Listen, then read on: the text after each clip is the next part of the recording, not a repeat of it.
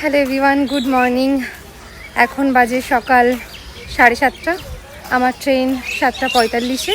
তো আজকের আমাদের কাজ রয়েছে হাওড়া সাঁতরাগাছি।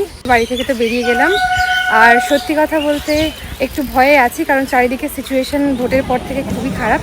তো জানি না কি হবে। যেটাই হবে আশা করছি ভালো হবে। তো আমরা শিয়ালদাতে নেমে যাই, দেন আমরা বাসের জন্য ওয়েট করছিলাম। আমরা যেহেতু সাঁতরাগাছি যাব, আর আমাদের বাসে করে অনেকটাই সময় লাগবে, প্রায় ঘন্টাখানেকের কাছাকাছি। আর বাসে বসতে না বসতেই প্রচণ্ড জোরে বৃষ্টি শুরু হয়েছে। আমার বেশ ভালো লাগছিল, আর ওয়েদারটাও একটু ঠান্ডা ঠান্ডা ছিল। তো বলো তো আমরা এখন কোথা দিয়ে যাচ্ছি। যাই হোক, ফাইনালি আমরা চলে আসি ব্রাইডের বাড়িতে।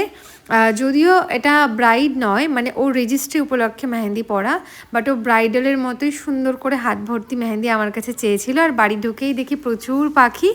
আরও একটা জিনিস আছে, সেটা আমি তোমাদের ভিডিওর শেষে দেখাবো। আর এখানে আমাদের ব্রাইড যেটা ডিমান্ড করেছিল, ওর পিকক ভীষণ পছন্দ, তো আমাকে বলেছিল পিকক থিমের ওপরে বেশি কিছু রাখতে। তো আমি চেষ্টা করেছি ও যেরকমটা বলেছে সেরকমভাবেই কাজটা করার। আর তোমরা সম্পূর্ণ ভিডিওটা দেখো, আশা করছি তোমাদের একটু নতুন কিছু লাগবে, ভালো লাগবে। তো আমি সবসময় চেষ্টা করি নতুন কিছু করার। আজকে আমার নিজের কাজটা করে ভীষণ ভালো লাগছিল। আর ওর হাতটাও ভীষণ সুন্দর, যেমনি চওড়া তেমনি লম্বা, ফেয়ার, প্রচণ্ড, বুঝতেই পারছো। তো তোমাদের কাজটা কেমন লাগলো জানাতে কিন্তু ভুলো না। আর কোন পার্টটা মেহেন্দির বেশি ভালো লেগেছে সেটাও অবশ্যই জানিও। তো এখন আমরা একটু লাঞ্চ করে নেব। হাতের ফ্রন্ট সাইড কমপ্লিট হয়ে গেছে। তার আগে তোমাদেরকে দেখাই, যেটা বলছিলাম ফার্স্টে, যে আরেকটা জিনিসের সাথে মিট করাতে হবে। সেটা হচ্ছে এই যে জাপানিজ ইঁদুর। ওদের বাড়িতে এই জাপানিজ ইঁদুর, এটাকে কি একটা বলে, আমার নামটা মনে নেই, তবে অনেকগুলো ছিল, আমার খুবই ভালো লেগেছে। তো ভাবলাম একটু চটকে নেওয়া যাক। আচ্ছা, এবার এঙ্গেজমেন্ট ব্রাইড সম্বন্ধে কিছু কথা না বললেই নয়। সত্যি কথা বলতে মেহেন্দি কোনো তাড়াহুড়োর বিষয় নয় যে 5 মিনিটে হয়ে যাবে। বাট আমাদের যে ব্রাইড ভীষণ আন্ডারস্ট্যান্ডিং, যেরকম ভাবে বলেছে সেরকম ভাবে বসেছিল, কোনো রকম কোনো ডিস্টারবেন্স হয়নি। ইভেন প্রত্যেকটা মানুষ ভীষণ কোঅপারেটিভ। ও একদম নড়েনি, ঠিক যেমন বলেছি তেমনভাবে বসেছিল। আমি বরঞ্চ মাঝে মাঝে বলছি তোমার কষ্ট হলে আমাকে জানিও, বাট ও বললো না না, কোনো অসুবিধে নেই।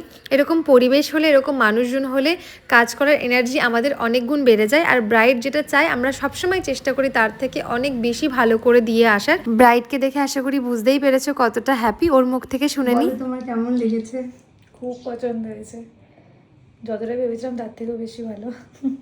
কাজ শেষে বাড়ি ফেরার পালা। আর এই ব্রিজের ওপর দিয়ে যখনই যাই আমার ভীষণই ভালো লাগে। আর ওখানে যাওয়ার পরে ওরা আমাদের প্রচণ্ড যত্ন নিয়েছে, একটার পর একটা খাবার দাবার দিয়েছে। আমাদের নিজেদের টিফিন খাওয়ার সময় হয়নি ফেরার পথে।